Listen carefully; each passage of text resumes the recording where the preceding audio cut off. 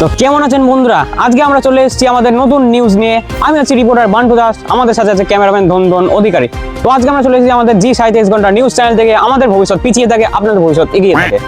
তো আমাদের আজকে প্রথম নিউজ, আমাদের দেশে এমনি স্টুডেন্টের কপাল পোড়া, তাই কারণে যাতে এই গরমে যাতে আরো বেশি কপাল যাতে না পুড়তে পারে, তাই কারণে আমাদের সরকার গরমের ছুটিকে আরো বাড়িয়ে দিয়েছে, যাতে তারা বাড়িতে বসে মা বাবা গালাগালও খেতে পারে, আর সেই ডিপ্রেশনকে কমানোর জন্য 3 বেলা হচ্ছে জোন পুশ আর র্যাঙ্ক পুশ করে নিজেদের গ্র্যান্ড মাস্টারে তুলতে পারে।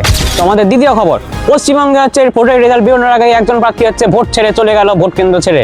কারণ ওনার মতে ভোটের রেজাল্টে এত বেশি কম্পিটিশন হয়ে গেছে, তাই কারণে উনি ভয় চোটে ভালো যে আমার অবস্থাতে সিপিএম আর কংগ্রেসের মতো না হয়, তাই কারণে আমি আগে মাঠ থেকে বেরিয়ে যাই।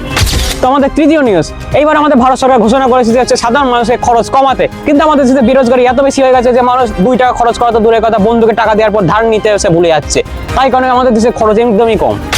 এই বলেই আমাদের এই আজকে 3খানা মেন নিউজ আমরা শেষ করছি। দেখা হবে নেক্সট ভিডিওতে। তো আজকের জন্য ঈদ নয়, আপকে তারা হামি মায়ুসে। আর এই পরে যে সরকার এই খবর যদি দেখে নেয়, তাহলে আমরা বাঁচবো কিনা তা নিয়ে আমাদের গ্যারান্টি নেই, কিন্তু আপনারা বেঁচে থাকবে।